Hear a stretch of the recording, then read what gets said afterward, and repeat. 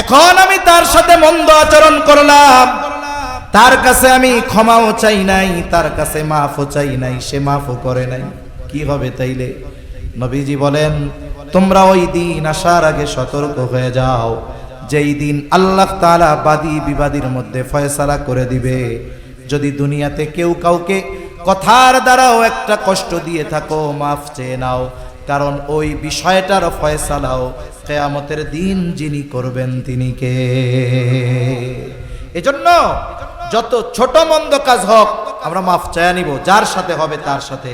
এজন্য রাসূলুল্লাহ সাল্লাল্লাহু আলাইহি ওয়াসাল্লাম আয়েশা সিদ্দিকা রাদিয়াল্লাহু তাআলা আনহাকে বলেন, আয়েশা, তুমি কোন নেকের কাজকে ছোট মনে করবা না, কোন গুনার কাজকেও ছোট মনে করবা না, কারণ হতে পারে ওই ছোট পাপের কারণে আল্লাহ শাস্তি দিতে পারে, আবার ওই ছোট ভালো কাজের কারণে আল্লাহ মাফ করে দিতে পারে। প্রসিদ্ধ ঘটনা আমরা সবাই কম বেশি জানি। একজন দুশ্চরিত্রা নারী, সে একটা পিপাসিত কুকুরকে পানি পান করাইছে, ভালো কাজ, আল্লাহর কাছে পছন্দ হয়েছে। নবীজি বলেন এই কারণে আল্লাহ তাআলা তাকে মাফ করে দিবে। আরেকজন মহিলা, সে একটা বিড়ালকে বেঁধে রাখছে, খাবারও দেয় না, ছেড়েও দেয় না, বিড়ালটা মারা গেছে। নবীজি সাল্লাল্লাহু আলাইহি ওয়াসাল্লাম বলেন, কিয়ামতের দিন এই কারণে আল্লাহ তাআলা তাকে শাস্তি দিবে। এজন্য আমার আপনার দ্বারা যদি কবিরা গুনাহ হয়, তাহলে কবিরা গুনাহ মোছার ওষুধ হলো তাওবা।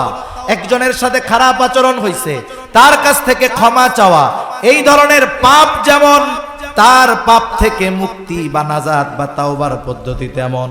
এজন্য আমার আপনার দ্বারা যদি কখনো পাপ হয়ে যায়, অন্যায় হয়ে যায়, তাওবার ক্ষেত্রে কারো সাথে যদি খারাপ আচরণ হয়ে যায়, ক্ষমা চাওয়ার ক্ষেত্রে আমরা কখনো বিলম্ব করব না।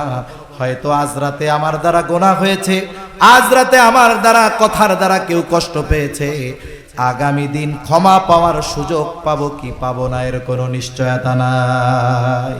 সালেহীন নবীজি বলেন, সত্যবাদী আমানতদার ব্যবসায়ী, ব্যবসায়ীর জন্য এই দুইটা গুণ দরকার। যদি ইমানদার হয়, সত্যবাদী আমানতদার ব্যবসায়ী কাদের সাথে থাকবে? মা'আন নাবিয়্যিন, নবীদের সাথে থাকবে, সিদ্দিকিনদের সাথে থাকবে, শহীদদের সাথে থাকবে, নেককার বান্দাদের সাথে তাদের অবস্থান হবে। তাহলে যারা ব্যবসা করে শুধুমাত্র ব্যবসার মাধ্যমে সম্পদ উপার্জনের মাধ্যম মনে করে ব্যবসাকে, এরা বোকা। অথচ যেমন ভাবে জাগতিক সম্পদ উপার্জন করা যায় ব্যবসার মাধ্যমে, অনুরূপ ভাবে নবী রাসূলদের সাথী হওয়ার যোগ্যতাও অর্জন করা যায়। তবে সত্যবাদিতা আর আমানতদারিতার সাথে ব্যবসা করতে গেলে প্রাথমিক দিকে কিছুটা মুসিবত মনে হতে পারে, তবে এটা আল্লাহর পরীক্ষা। যদি ইস্তেকামাতের সাথে থাকা যায়, যে আমার লাভ কম হোক, আমার পাশের ব্যবসায়ী ভেজাল করে বেশি লাভ করতেছে করুক, আমি নির্ভেজাল ভাবে আমানতদারিতার সাথে সত্যবাদিতার সাথে ব্যবসা করে লাভ করব কম, হ্যাঁ তার লাভ হবে কম, কিন্তু বরকত যিনি দিবেন তিনি কে? সে একদিন ধরা খাবে, 10 লাখ জরিমানা শেষ, আছে না নাই? উপার্জন করে কিন্তু ঘরে সিরিয়াল ধরে অসুস্থ থাকে, কিছুদিন বউ, কিছুদিন সন্তান, কিছুদিন নিজে, কিছুদিন মা, ধারাবাহিকভাবে অসুস্থতা চলতেছে। আরেকজন সত্যবাদিতা আমানতদারিতার সাথে ব্যবসা করতেছে, লাভ কম হচ্ছে, কিন্তু সময়ের সাথে সাথে আল্লাহ তাআলা প্রবৃদ্ধি দিচ্ছে এবং এর মধ্যে বরকত দিচ্ছে, ঠিক কিনা বলেন? এজন্য ব্যবসায়ী ভাইরা, সত্যবাদিতা ও আমানতদারিতা এটাকেই বানাতে হবে ব্যবসার মূলধন। তাহলে ওই ব্যবসায়ী আর ব্যবসার মধ্যে রহমত আর বরকত দিয়ে ভরপুর করবেন কে?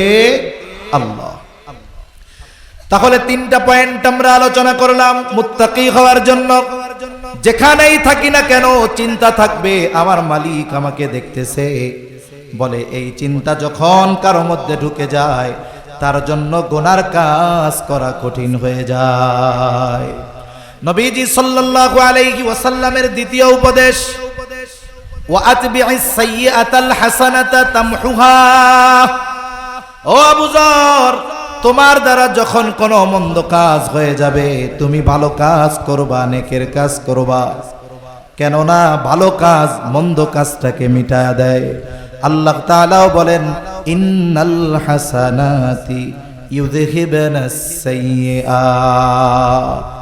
ভালো কাজ মন্দ কাজকে মিটায়া দেয়, তবে মন্দ কাজটা যেমন মুসার জন্য ভালো কাজটা ওই পরিমাণের হতে হবে। এখন একজন করেছে কবিরা গুনাহ, আর একজন বান্দার হক নষ্ট করে ফেলছে। এখন ও যদি 1000 দানার তসবিহ একটা নিয়ে কয় আস্তাগফিরুল্লাহ আস্তাগফিরুল্লাহ, আল্লাহ আমারে মাফ করে দেন, বলেন তো বান্দার হক আদায় না করা পর্যন্ত তার তাওবা আল্লাহ কবুল করবে নাকি? তাহলে বান্দার হক যে নষ্ট করেছে, আগে বান্দার হক আদায় করতে হবে, তাহলেই না তার তাওবা কবুল হবে, নাইলে তার তাওবা কবুল হবে না, তার গুনাহ মাফ হবে না। এই জন্য গুনাহ যেমন, এই গুনাহ মুসার জন্য আমল তেমন। কবিরা গুনাহ যদি হয় খালেস তাওবা করতে হবে, বান্দার হক সম্পৃক্ত যদি হয় বান্দার হকগুলো আদায় করতে হবে, ছোট ছোট অন্যায় যদি হয় ওটাও মাফ চেয়ে নিতে হবে।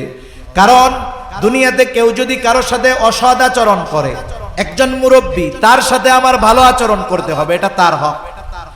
এখন আমি তার সাথে মন্দ আচরণ করলাম, তার কাছে আমি ক্ষমাও চাই নাই, তার কাছে মাফও চাই নাই, সে মাফও করে নাই, কি হবে তাইলে? নবীজি বলেন তোমরা ওই দিন আসার আগে সতর্ক হয়ে যাও, যেই দিন আল্লাহ তাআলা বাদী বিবাদীর মধ্যে ফয়সালা করে দিবে। যদি দুনিয়াতে কেউ কাউকে কথার দ্বারাও একটা কষ্ট দিয়ে থাকো, মাফ চেয়ে নাও, কারণ ওই বিষয়টার ফয়সালাও কিয়ামতের দিন যিনি করবেন তিনি কে?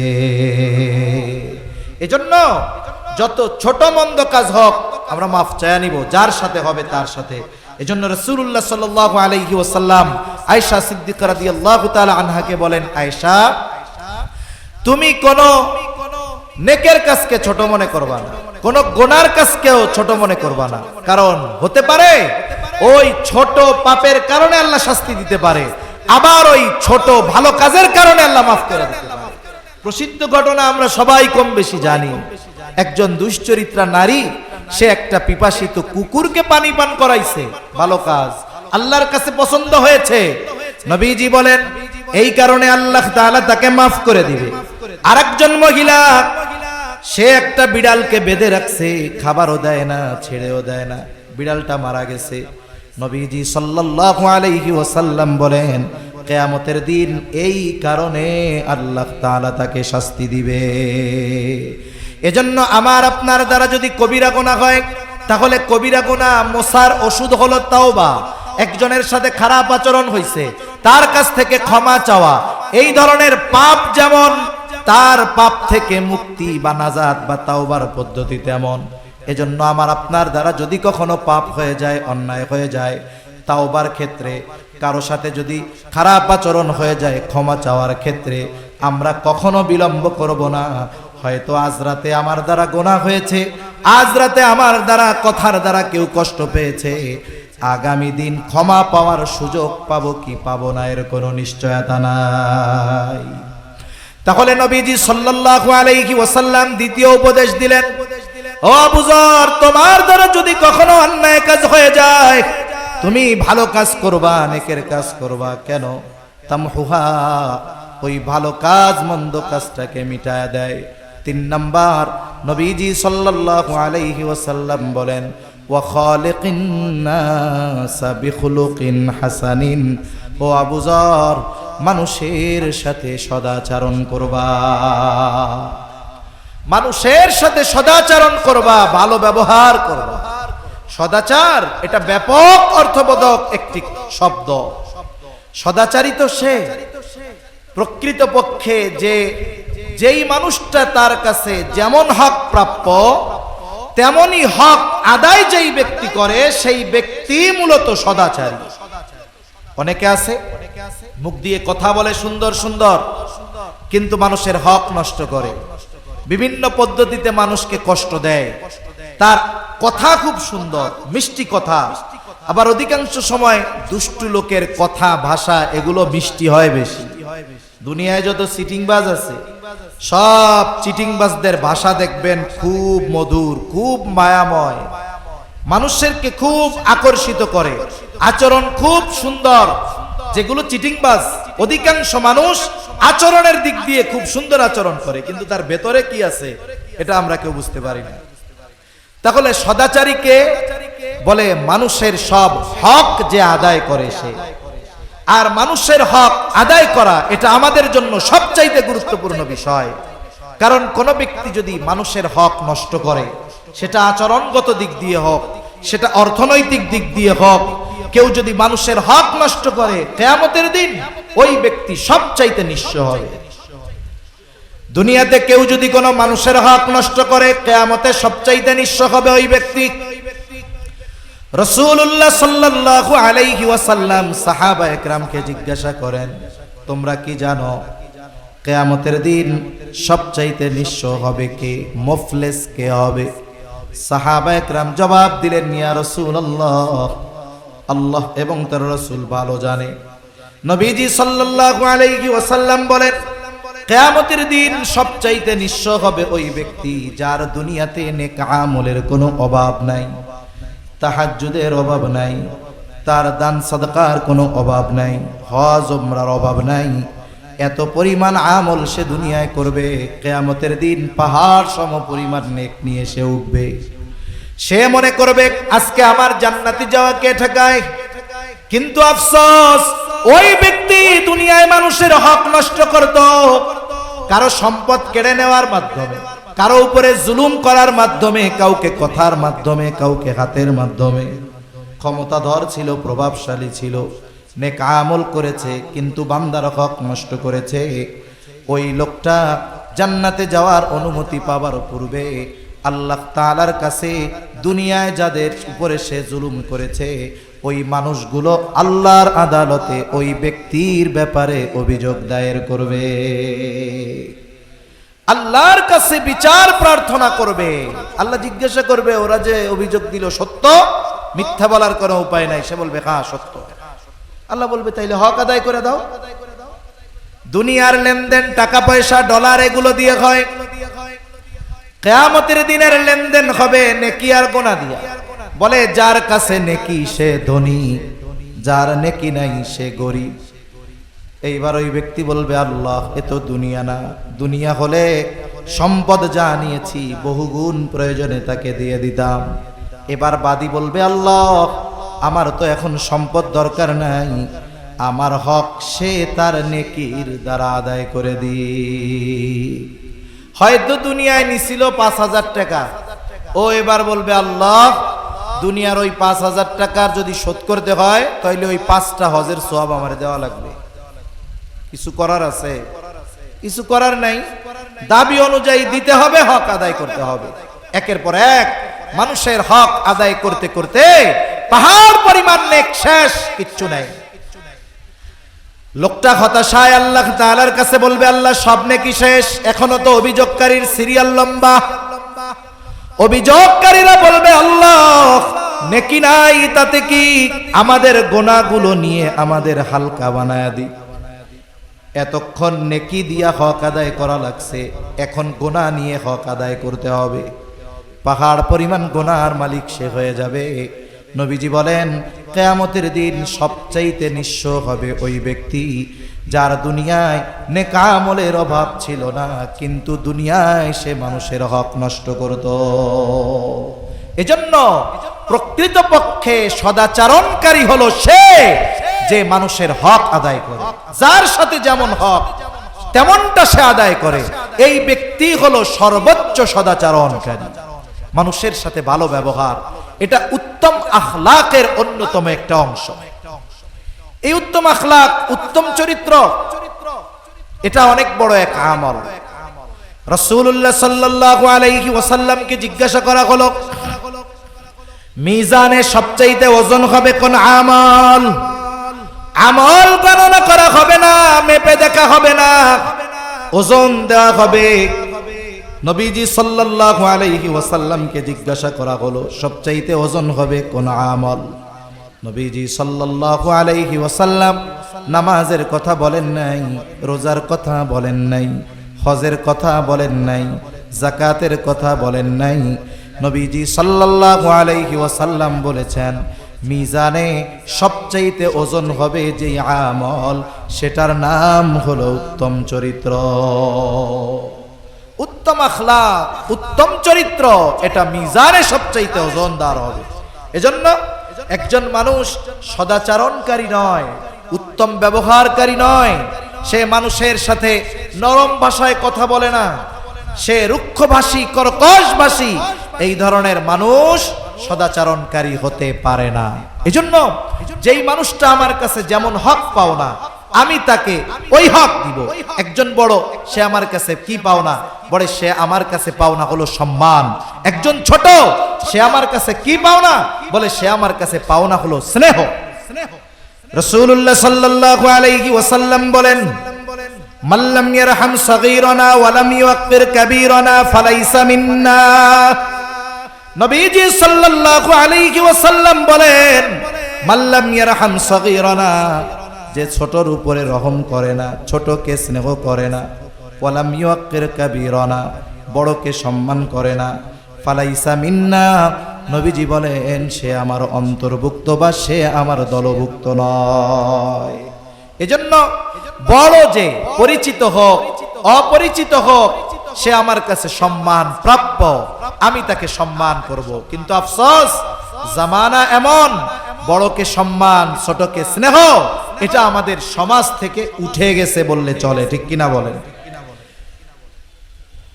বড়কে সম্মান, এটা আমাদের সমাজ থেকে উঠে গেছে।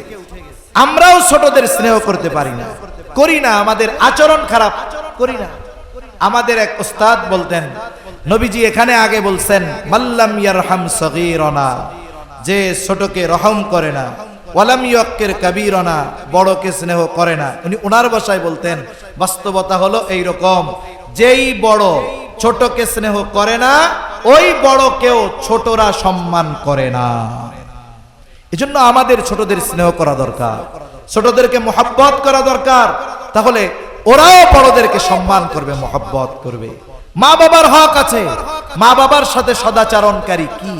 মা বাবার যেই হক ইসলাম নির্ধারণ করেছে, এই হক আদায় করা। মা বাবার সাথে সদাচরণ মানে ইসলাম মা বাবার যেই হকগুলো সাব্যস্ত করেছে, এই হকগুলো আদায় করা। ওই হক আদায় করে না, কিন্তু সে অনেক ইবাদত করে, সে বাস্তবিক অর্থে সদাচরণকারী হতে পারে না।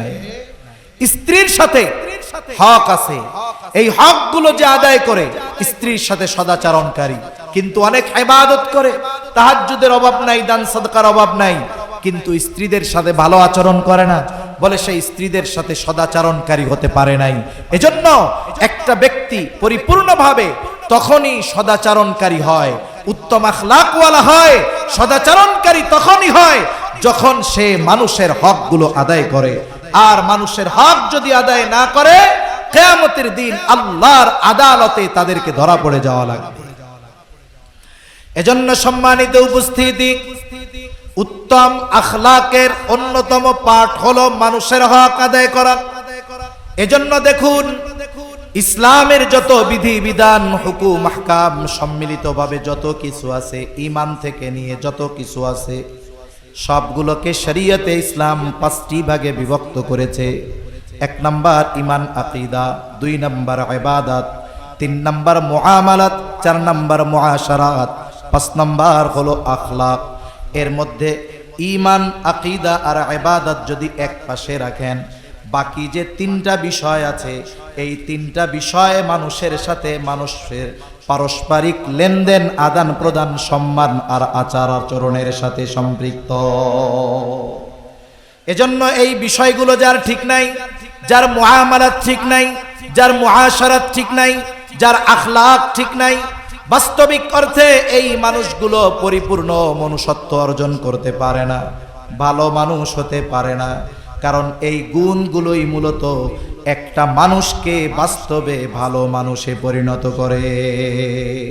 আমার আপনার নবীজি সাল্লাল্লাহু আলাইহি ওয়াসাল্লাম নবুয়তের বহিঃপ্রকাশ হলো 40 বছর বয়সে, কিন্তু এর আগে আমার আপনার নবীজি ওই জাহেল সমাজে মানুষের সাথে সদাচরণকারী হিসাবে আমার আপনার নবীজির প্রসিদ্ধি ছিল। আমার আপনার নবীজির উপাধি কাফেররা দিয়েছিল আল আমিন, আমার আপনার নবীজির উপাধি কাফেররা দিয়েছিল আস-সাদিক।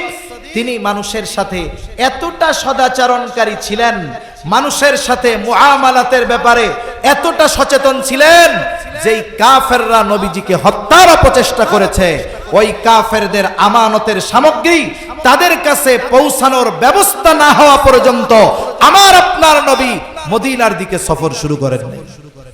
অথচ আমরা সেই নবীর উম্মত। আমাদের আচার আচরণের অবস্থা কি? আমাদের আচার আচরণ তো আর একজন মুসলিম ভাইয়ের সাথে পর্যন্ত ভালো নয়।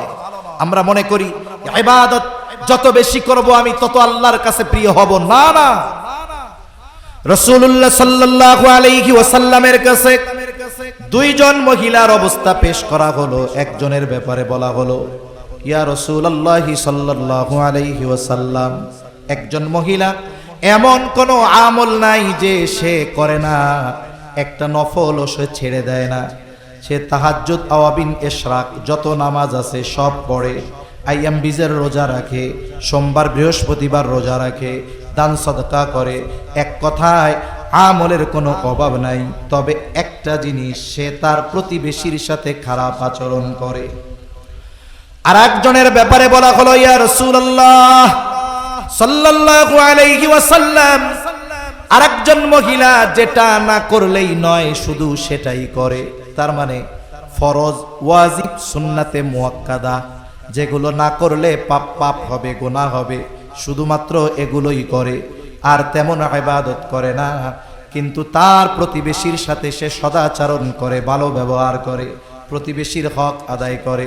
ইয়া রাসূলুল্লাহ, এই দুই মহিলার মধ্যে কোন মহিলা উত্তম? নবীজি ওই ইবাদত বেশি করে তার কথা বলেন নাই, বরং নবীজি বললেন যেই মহিলা প্রতিবেশীর সাথে সদাচরণ করে ওই মহিলা হলো উত্তম মহিলা, ওই মহিলা উত্তম। তাহলে উত্তম নবীজির কাছে হওয়ার জন্য ইবাদত বেশি হয় নাই, বরং ভালো আচরণ, হক আদায় করার মাধ্যমে সে উত্তম মানুষ বলে বিবেচিত হয়েছে। এজন্য আমরাও আমাদের অপর মুসলমান ভাইয়ের সাথে ভালো আচরণ করব।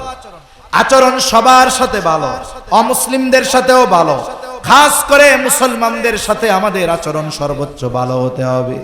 নবীজি সাল্লাল্লাহু আলাইহি ওয়াসাল্লাম বলেন, আল মুসলিমু মান সালিমাল মুসলিমুনা মিন লিসানিহি ওয়া ইয়াদি। নবীজি বলেন প্রকৃত মুসলমানকে বলে যে যার হাত এবং জবানের অনিষ্ট থেকে অপর মুসলমান নিরাপদ থাকে। আমার জবান দ্বারা মুসলমান কষ্ট পায়, আমার হাত দ্বারা মুসলমান কষ্ট পায়, আমি ইবাদত করি অনেক বলে আমি সদাচরণকারী হতে পারি নাই। একজন অমুসলিমও যদি আমার প্রতিবেশী হয় তারও হক আছে না নাই? অমুসলিমদের সাথেও সদাচরণ। আয়েশা সিদ্দিকা রাদিয়াল্লাহু তাআলা আনহা নবীজি সাল্লাল্লাহু আলাইহি ওয়াসাল্লামের কাছে প্রতিবেশীর হকের ব্যাপারে জানতে চায়। বলে, ইয়া রাসূলুল্লাহ, আমার দুইজন প্রতিবেশী, একজন মুসলিম আর একজন ইহুদি। প্রতিবেশী হিসাবে কে আমার কাছে বেশি হক পাও না? একজন, দুইজনই আমার প্রতিবেশী, একজন ইহুদি আর একজন মুসলিম, কে বেশি হক পাও না? নবীজি সাল্লাল্লাহু আলাইহি ওয়াসাল্লাম এই ক্ষেত্রে যিনি মুসলমান তিনি হকদার বেশি এমন জবাব নবীজি দেন নাই। নবীজি বললেন, আয়েশা, যার দরজা তোমার দরজার বেশি কাছে, প্রতিবেশী হিসাবে সে তোমার কাছে বেশি হকদার। তাহলে একজন অমুসলিম সেও যদি আমার প্রতিবেশী হয়, একজন মুসলিম প্রতিবেশীর চাইতে সে যদি আমার বেশি নিকটে হয়, অমুসলিম হিসাবেও সে আমার কাছে ভালো আচরণ প্রাপ্য, এটা তার হক। ইসলাম এত সুন্দর সদালাপ, সদাচরণ আমাদেরকে শিখিয়েছে, কিন্তু আফসোস যেই ইসলাম এত সুন্দর আখলাকের শিক্ষা দিল, ভালো আচরণের শিক্ষা দিল, আমরা সেই শিক্ষা গ্রহণ করতে পারলাম না। আমরা কি করি? আমরা এক মুসলমান আর এক মুসলমানের বকা দেই, আমরা এক মুসলমান আর এক মুসলমানের ক্ষতি করার জন্য যত ধরনের কাজ আছে করি, আমরা এক মুসলমান আর এক মুসলমানের গীবত করি, আমরা আর এক মুসলমান আর এক মুসলমানের দোষ না থাকলেও ওই দোষটা তার উপরে চাপায় দেই, অপবাদ দেই। অথচ একজন মুসলমানের জান, মাল, সম্মান, রক্ত সব আমার কাছে সম্মানের বস্তু থাকার কথা ছিল, ঠিক কিনা বলেন? কিন্তু আফসোস আজকে এই সদাচরণ, এই উত্তম আখলাক, উত্তম চরিত্র আমাদের থেকে দূরে চলে গেছে। এজন্য আমরা আজকে এই মুসিবতের মধ্যে আছি, আমরা আর কষ্টের মধ্যে আছি। রাসূল আকরাম সাল্লাল্লাহু আলাইহি ওয়াসাল্লাম যেই আদর্শ, যেই শিক্ষা আমাদেরকে দিয়ে গিয়েছিলেন, আফসোসের বিষয় সেই শিক্ষার উপরে আমরা নিজেদেরকে গড়ে তুলতে পারি নাই। যদি পারতাম তাহলে গোটা দুনিয়ার নেতৃত্ব আজকে মুসলমানদের হাতে থাকতো, ঠিক কিনা বলেন? এজন্য আমরা যদি জীবনকে সুসজ্জিত করতে চাই, রাসূল সাল্লাল্লাহু আলাইহি ওয়াসাল্লামের উপদেশ, রাসূল সাল্লাল্লাহু আলাইহি ওয়াসাল্লামের আদর্শ ছাড়া সেটা সম্ভব নয়। এজন্য সম্মানিত উপস্থিতি, নবীজি সাল্লাল্লাহু আলাইহি ওয়াসাল্লামের হযরত আবু যর রাদিয়াল্লাহু তাআলা আনহুকে করা এই গুরুত্বপূর্ণ তিনটা উপদেশ, এটার মধ্যে তিন ধরনের হক নিহিত আছে। কয় ধরনের? জোরে কম, আরো জোরে বলেন কয় ধরনের? সাধারণত হক তিন ধরনের হয়। বলতে পারেন হুজুর আমরা তো শুনেছি আল্লাহর হক আর বান্দার হক, আপনি আবার তিন ধরনের হকের কথা কেমনে বলেন? বলে হ্যাঁ, এর মধ্যে একটা আছে 2 in 1। 1 নাম্বার আল্লাহর হক, 2 নাম্বার বান্দার নিজের উপরে নিজের হক, 3 নাম্বার মানুষের হক। এই তিনটা হকের কথা আল্লাহর নবী এখানে শিক্ষা দিয়েছেন। 1 নাম্বার আল্লাহর হক কি? বলে তারই ইবাদত করবে, তার সাথে শিরিক করবে না। ইবাদত একমাত্র তারই করতে হবে, তার সাথে কারো শিরিক করা যাবে না, এটা আল্লাহর হক। এখন বলেন তো, কোন ব্যক্তি যদি প্রকৃতপক্ষে মুত্তাকি হয়, মুত্তাকি, সে যদি নেককারদের সঙ্গী হয়, সে যদি নিজের জীবনের আমলের হিসাব করে, সে যদি সর্বদা এই চিন্তা করে যে আমার রব আমাকে সর্বদা দেখতেছে, বলেন তো অন্যান্য আরো কিছু বিষয় আছে, সবগুলা থাকলো, এই তিনটা জিনিস কোন ব্যক্তির ভিতরে যদি পরিপূর্ণ থাকে, ওই ব্যক্তি জীবন চলে গেলেও আল্লাহর হক নষ্ট করবে নাকি? জোরে বলেন করবে? সে জীবন চলে যাবে, আল্লাহর হক নষ্ট করবে না। 2 নাম্বার বলে বান্দার নিজের উপরে নিজের হক কি? বলে নিজের উপরে বান্দা নিজেও জুলুম করে। আমরা অনেক সময় মনে করি একজন মানুষ মনে হয় আর একজনের উপরেই শুধু জুলুম করে। আসলে বিষয়টা এমন নয়। মানুষ যেমন অপর মানুষের উপরে জুলুম করে, অনুরূপভাবে মানুষ নিজে নিজের উপরে জুলুম করে। যেমন আল্লাহ তাআলা কোরআনুল কারীমের মধ্যে জানাইছেন, আসমান জমিন সৃষ্টি থেকে মাস হইল 12টা। কয়টা? জোরে কোন, আরো জোরে বলেন কয়টা?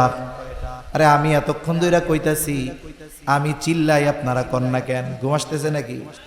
তাকবীর দেন, নারায়ে তাকবীর, আরো জোরে নারায়ে তাকবীর। মাস কয়টা? এর মধ্যে 4টা মাস কি?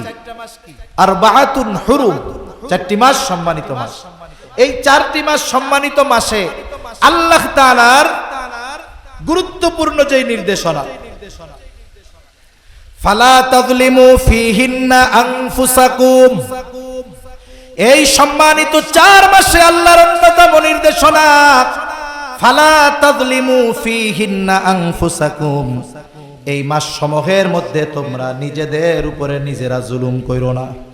মুফাসসিরিনে কেরাম বলেন নিজেদের উপরে জুলুম করা কি?